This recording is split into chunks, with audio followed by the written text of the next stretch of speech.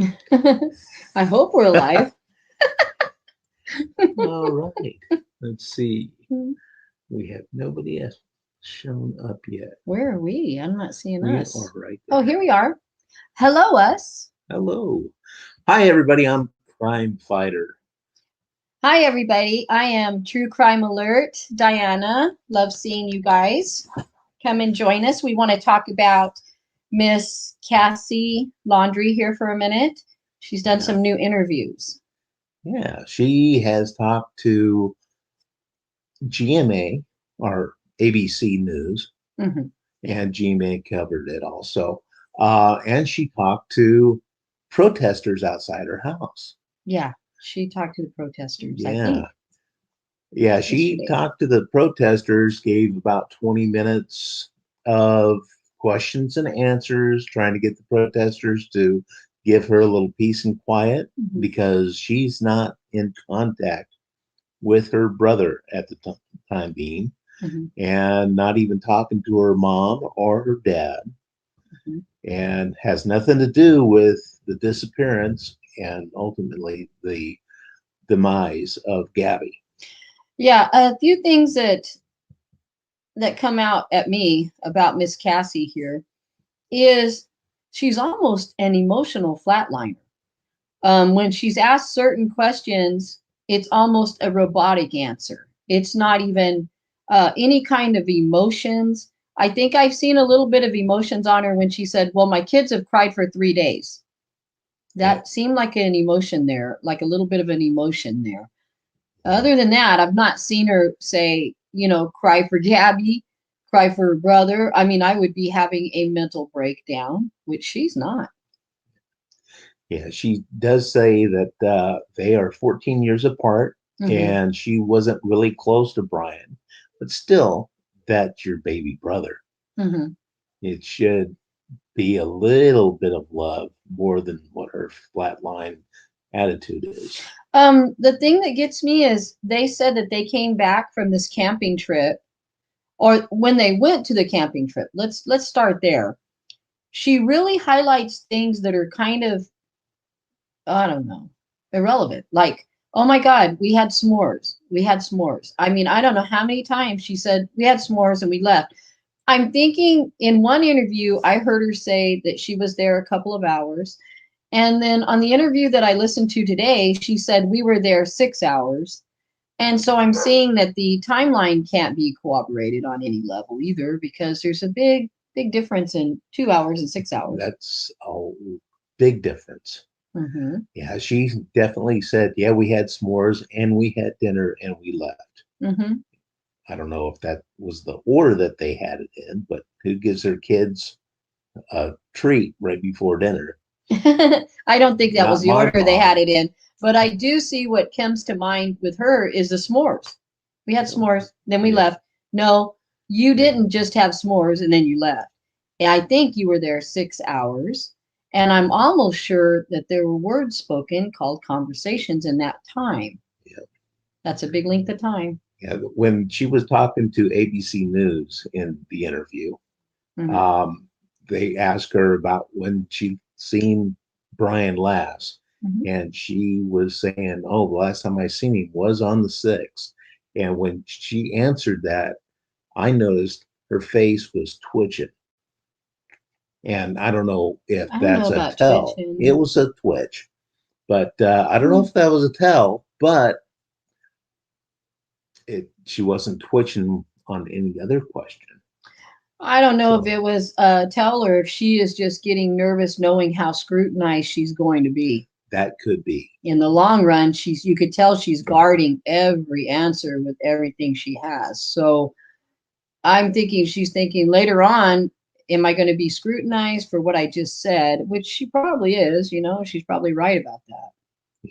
Hmm. So, and also when in the same interview, when asked if, or when she was divulging information, she wasn't really asked about if she's cooperating with law enforcement.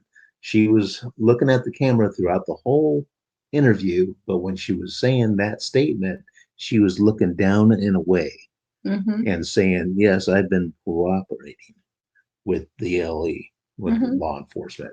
Well, that So could be. that might be something too. I don't know. Hmm.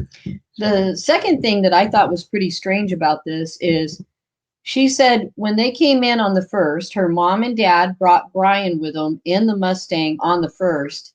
And she kind of acts like she didn't even know they were coming. They just kind of dropped in.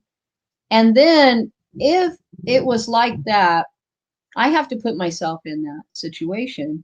And if my son just popped up with mom and dad, or my brother just popped up with mom and dad, I think the first thing I'm going to say is, where's Gabby? You're here. Obvious you're back. Where's she at?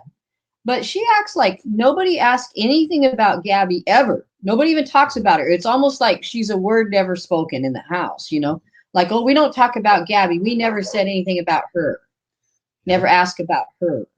yeah. She stated on one interview that they FaceTime with her and her kids, with Gabby, and they were having a good time. This, that, the other thing. So they had this great relationship.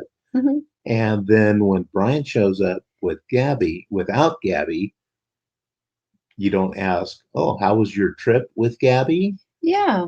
How was your trip? And where is Gabby? Why don't you care about Gabby that way, but you FaceTime with her and you involve your kids in it too?" I don't understand it. Yeah. To me, she's trying to give information, but when she came outside to talk to the protesters, her initial response was, I can't have my kids crying for 3 days. So basically, she's saying she came out there to talk to them because the kids are getting emotionally upset and she's trying to shut it down. So there's a difference in the reasoning. Instead of coming forward and talking about it because it's the right thing to do, she has decided, hey, I can't do these mega horns and all this noise and it's disturbing my kids. So I'm going to come out here and try to smooth it over with you guys so you'll just leave us alone, but she's not really saying anything other than I don't know. I don't know. When asked if her parents were involved and knew about where Brian was, and her answer was, "I don't know. Yeah, the whole thing is I I don't don't know. know. I haven't contacted my parents. The FBI won't let me talk to them. Hmm. I don't know." Well, she didn't say the FBI won't let you talk Well, to your parents. She's just saying she hasn't talked to them, yeah. Well, and she yeah. hasn't talked to Brian. But she's not saying what led up to her parents not talking to her. They had to have spoken in between the time that they seen her at DeSoto and now, because why is it now all of a sudden, oh, they're not talking to me and I just don't know why. I think that I would know why, because I would think that I'd spoke to my mother and she has said something like, I've got a lawyer, I'm not supposed to talk to you anymore, or I'm not going to talk to you anymore. Not just, oh, they're not talking to us now. Yeah. It just, Leaving out a lot, guys. We're leaving out a lot.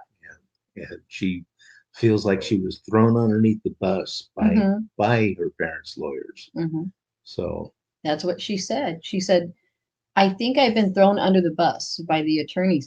And in what aspect did you get thrown under the bus? I want to know where that's coming from. Are you feeling like it's because he told them don't talk to anyone and you didn't think you should be one of the anyone that they weren't supposed to talk to? could be, could be. Now, on the very first interview, she's blaming ABC News that they took it out of context when she answered the question if she's seen Brian or not. And she said no, and tried to continue with not since the 6th, the camping trip, but she didn't say that because they told her not to talk. I Is that what she's thinking? Is that the don't FBI told me don't talk about it, so I'll go on a news interview and not say anything?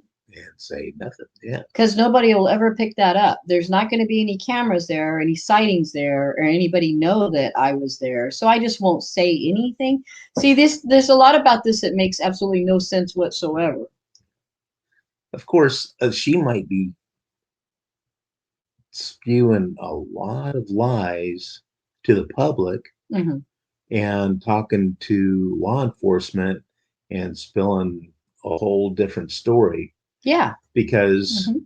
you can't lie to the law enforcement without getting in trouble. Well, I don't think she's lying to the public as much as she's just not saying anything.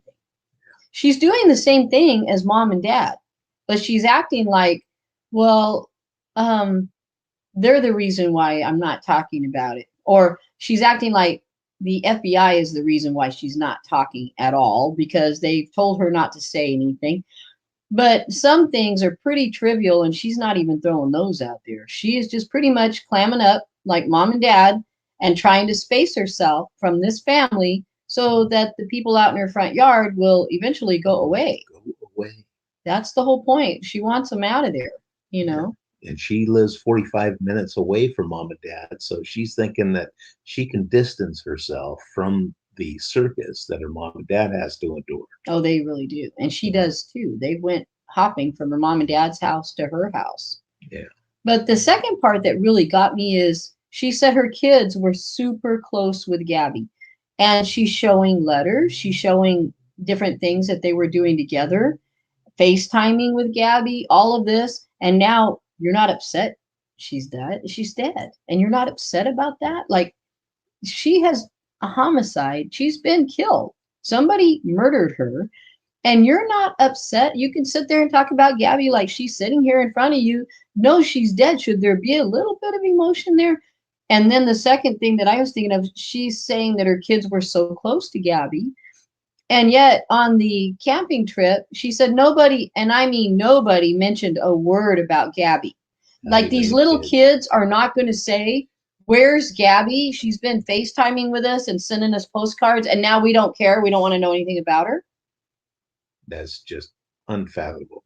I don't understand that because kids, when you come in the door, will run up to you and start talking about everything. I mean, especially if they like you as much as Cassie said her boys loved, Gabby.